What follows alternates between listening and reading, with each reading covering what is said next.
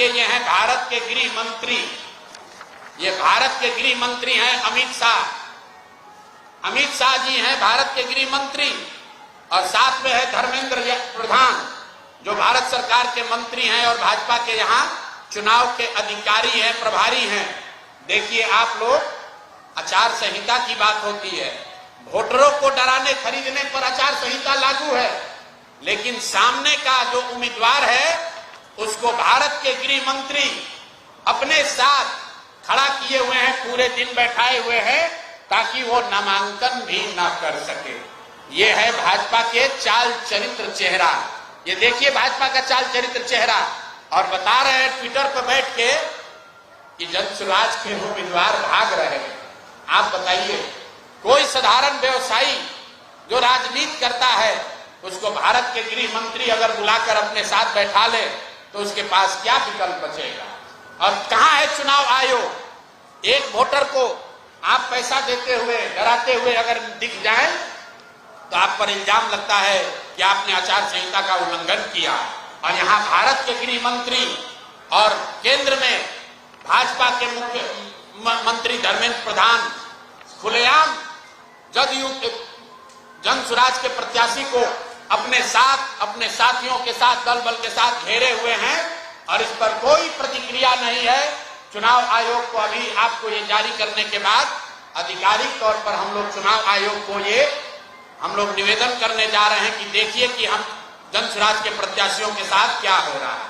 ये जनसुराज के प्रत्याशी के साथ नहीं हो रहा, ये वो डर है, वो राजनीतिक बंधुआ मजदूरी जो खत्म करने का रास्ता जनसुराज ने बनाया है, उससे छटपटाहट जो पैदा हुई है उसी का नतीजा। ऊपर नीचे करके सत्तारूढ़ दल को उस समय मदद पहुंचाने का आरोप खुलेआम बिहार के गांव गांव, घर घर में लोग लगाते हैं। आज ये नया खेला हो रहा है। इस बार ये इतने डरे हुए हैं कि चुनाव लड़ने की भी हिम्मत नहीं है। चुनाव लड़ने से पहले ही जो लोग चुनाव के मैदान में आ रहे हैं उन पर केस किया जा रहा है, उनको पकड़ा जा रहा है। और मैंने आपको चित्र जारी किया, अगर आपके पास कोई ऐसा उदाहरण हो जहां अपने विरोधी दल के कैंडिडेट को, उम्मीदवार को गृह मंत्री अपने साथ दिन भर बैठाए हुए हैं, ऐसा कहीं आपने पूरे हिंदुस्तान में नहीं सुना होगा। ये बिहार में हो रहा है। प्रधान जी, क्या मानते हैं टिकट बंटवारे में गलती हुई है और अधिकांश एनडीए के ऐसे नेता को टिकट दिया गया जो अब आपका साथ छोड़कर भाग रहे? कौन? आप बताइए। हमने जो कहा है कि 243 में से 90% लोग वही चुनाव लड़ेंगे जो जनसुराज से बरसों से जुड़े हुए हैं, जो किसी दूसरे दल से नहीं, जनसुराज के हिस्सा हैं, जिन्होंने यहाँ मेहनत की है। और सूची जारी हुई, आप देख लीजिए, कुल 12 लोग ऐसे हैं जो दूसरे दल से आए हैं चुनाव के समय, जिनको टिकट दिया गया है। तो 5% से भी कम है। हमने कहा था कि अपवाद के तौर पर 5-10% लोग बाहर से जो आएंगे उनको टिकट मिल सकता है। उस बात पर हम लोग बिल्कुल कायम रहे हैं। करीब करीब 95% लोग वो लोग हैं जो जनसुराज के हैं, जनसुराज से रहे हैं, जनसुराज के लिए काम किया है, जनसुराज में आवेदन दिया था, आवेदन की सारी शर्तों को फॉलो किया है। 95% लोग ऐसे ही हैं। दूसरी बात ये भी कही गई कि 90% से ज्यादा लोग, 200 से ज्यादा लोग ऐसे होंगे जो जीवन में पहली बार चुनाव लड़ रहे होंगे।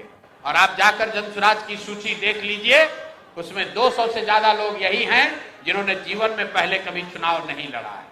तो हम लोगों ने जो कहा है करीब करीब अक्षरशः उसका पालन किया है।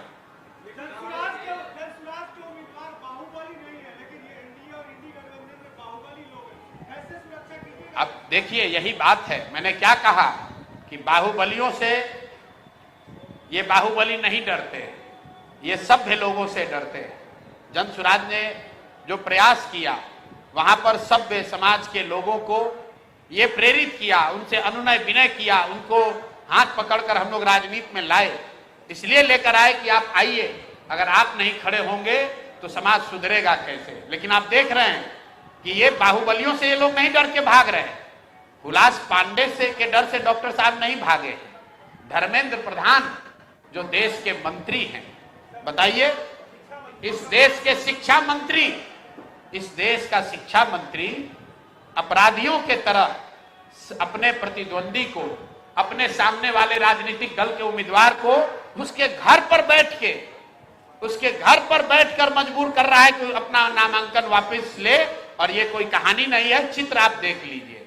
वो डॉक्टर साहब धर्मेंद्र प्रधान के घर नहीं आए हैं, चित्र फिर से देखिए, वो चित्र डॉक्टर साहब के घर का है। और भारत के शिक्षा मंत्री, इतने बड़े अपने आप को नेता बताने वाले सज्जन, एक अपराधी को, एक बाहुबली को बचाने के लिए एक सभ्य समाज से खड़े हुए डॉक्टर को डराकर उसका नामांकन वापस ले रहे हैं। तो ये भाजपा का चाल